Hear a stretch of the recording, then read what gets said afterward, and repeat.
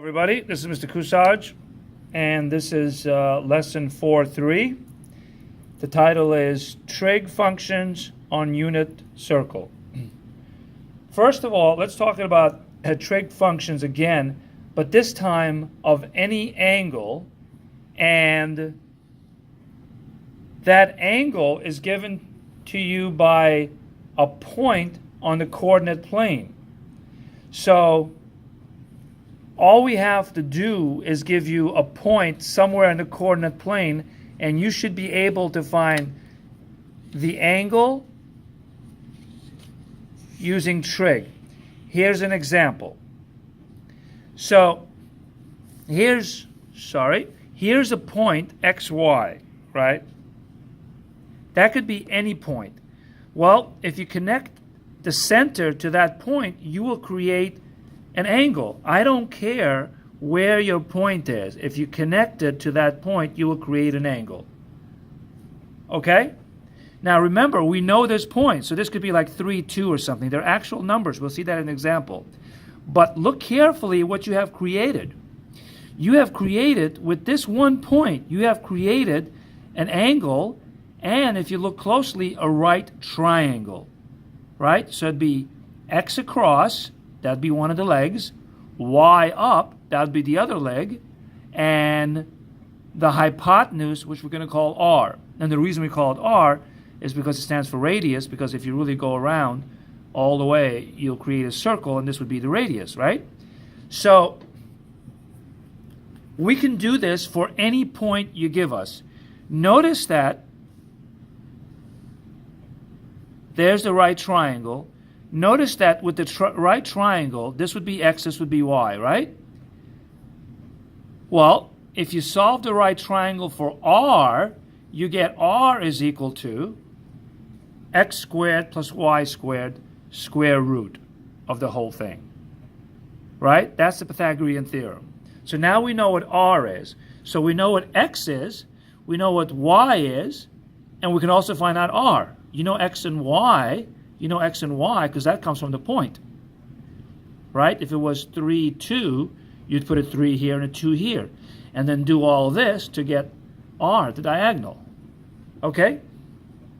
So now that we have all three sides, well, we certainly can find the angle as well. So then for any point xy, we can say the following. Sine of the angle, right? Sine of the angle is going to be, well, sine is opposite of hypotenuse. So wouldn't it be y, or you can look at this one, y over r, right? Y over r, opposite over hypotenuse. So all you do is figure out what your r is and take the y coordinate, right, and do this. That's the sine. What do you think the cosine is going to be? That would be adjacent over hypotenuse. So wouldn't that be x over r? Right? And what would tangent be? Tangent would be opposite over adjacent. Y over x. Okay? So we have to give you x and y. You find r on your own, and then you can find sine, cosine, and tangent of any angle. All you need to know is that point right there. So here's an example. Here's an example. Okay, there's an angle, theta, with terminal side at 8, -6, right? So remember what the terminal side is? So this side goes to 8, -6. So how would that look? Find the values of all 6 trig functions for that angle theta, right? So first, a quick drawing. Wouldn't that be where 8, -6 would be?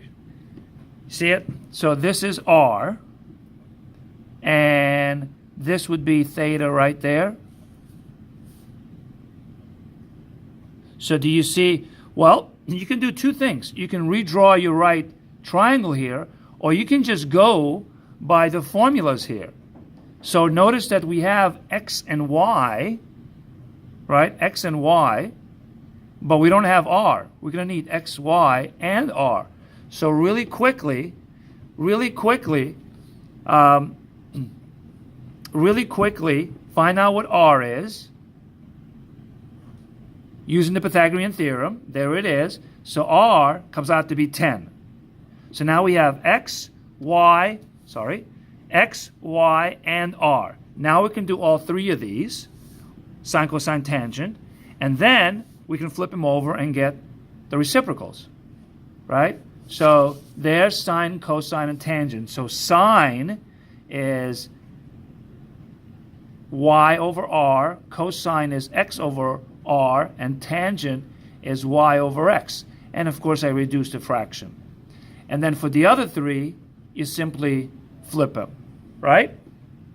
So what we learned is, for any point x, y, you can do this. You get r, and then you can find all three functions with x, y, and r. Okay. Quadrant angles. What if your point falls right on the quadrant? Right? On the quadrant. So, right on the quadrant, we still have a point there. Okay? So if you're on the quadrant, that would be 1, 0, 0, 1, negative 1, 0, and this would be what? 0 across, 1 down, negative 1. So those are the angles, right?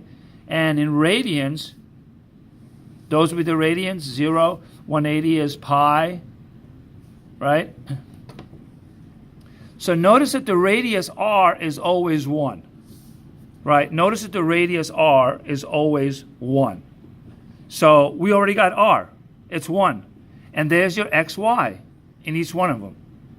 So that's all you need is x, y, and r. You just got to remember that r is always 1. So sine of 180, sine is y over r, which is 0 over 1, which is 0. Sine of negative 180 is the same thing, right? It doesn't matter which direction you go. Whether you go this direction or this direction, you go to the same place, right? Tangent, what if I give you the angle in radians? Well, 3 over 2 pi is this one. So that'd be 0, negative 1. X is 0. So tangent is y over x. So it'd be negative 1 over 0, negative 1. Hey, look at that. Undefined. So the tangent in this case is undefined. No answer. What about secant? Right? Secant of 4 pi. Well, you got to know that 4 pi is the same as 2 pi, which is a full circle. A full circle is going back to 0, so it's secant of 0. And secant is the reciprocal of cosine, so it's 1 over cosine 0. What is cosine 0? Well, cosine is x over r, right? X over r. So 1 over x over r, 1 over 1, which equals 1. Okay? I know I did those fast, but all I'm doing is following the formula with x, y, and r. And when it comes to these quadrant angles, they're called quadrant angles because they're right on the quadrant, right? The axes, right? When it comes to the quadrant angles, you just got to remember that r is always 1. Okay, so try this problem. Find all sig functions for 4, 3. So this is not a quadrant angle. This is just some angle with the terminal side at 4, 3. Okay? And then tell me the answer to these quadrant angles. These are quadrant angles, so you know r is 1 for all of them. Okay? And that's it for part 1. Part 2, I'm warning you, is a little bit longer than this, but that's it for part 1. All right, see you next time. Bye.